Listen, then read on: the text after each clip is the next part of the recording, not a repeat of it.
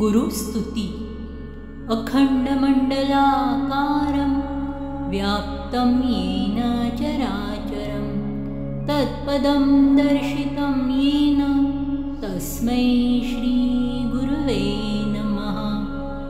अज्ञानतिमिरन्धस्य ज्ञानाञ्जनशलाकया चक्षुरुन्मीलितं येन तस्मै श्रीगुरुवे नमः। गुरुर्ब्रह्मा गुरुर्विष्णु गुरुर्देवो महेश्वरः गुरुसाक्षात् परं ब्रह्म तस्मै श्रीगुरुवे नमः। स्थावरं जङ्गमं व्याप्तं यत्किञ्चित् सचराचरं तत्पदं दर्शितं येन तस्मै श्रीगुरुवे नमः।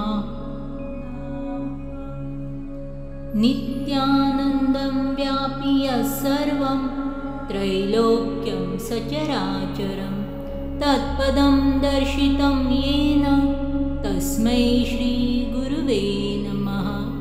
सर्वश्रुतिशिरोरत्न विराजितपदाम्बुजः वेदान्ताम्बुजसूर्यो यः तस्मै श्रीगुरुवे नमः।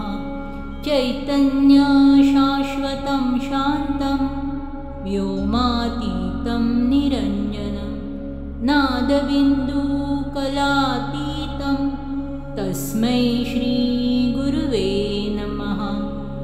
ज्ञानशक्तिसमारूढ तत्त्वमालाविभूषितः भुक्तिमुक्तिप्रदाता च तस्मै श्रीगुरुवे नमः।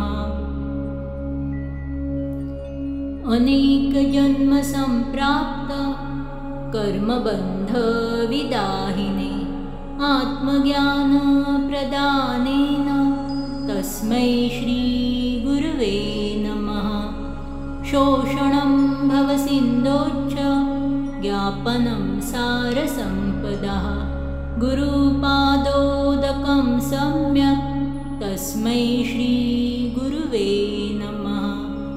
न गुरोरधिकं तत्त्वं न गुरोरधिकं तपः तत्त्वज्ञानात् परं नास्ति तस्मै श्रीगुरुवे नमः।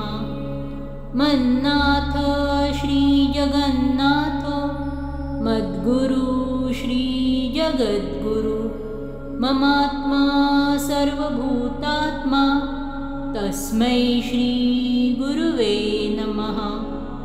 ब्रह्मानन्दं परमसुखदं केवलं ज्ञानमूर्तिं द्वन्द्वातीतं गगनसदृशं तत्त्वमस्यादिलक्ष्यम् एकं नित्यं विमलमचलं सर्वधी साक्षिभूतं भावातीतं त्रिगुणरहितं सद्गुरुं तं नमामि।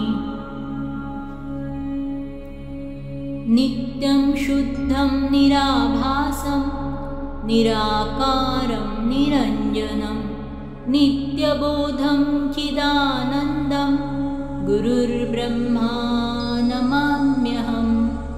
ध्यानमूलं गुरुर्मूर्ति पूजामूलं गुरुपदं मन्त्रमूलं गुरुर्वाक्यं मोक्षमूलं गुरुर्कृपा। त्वमेव माता च पिता त्वमेव बन्धुश्च सखा त्वमेव विद्या द्रविणं त्वमेव सर्वं मम देव।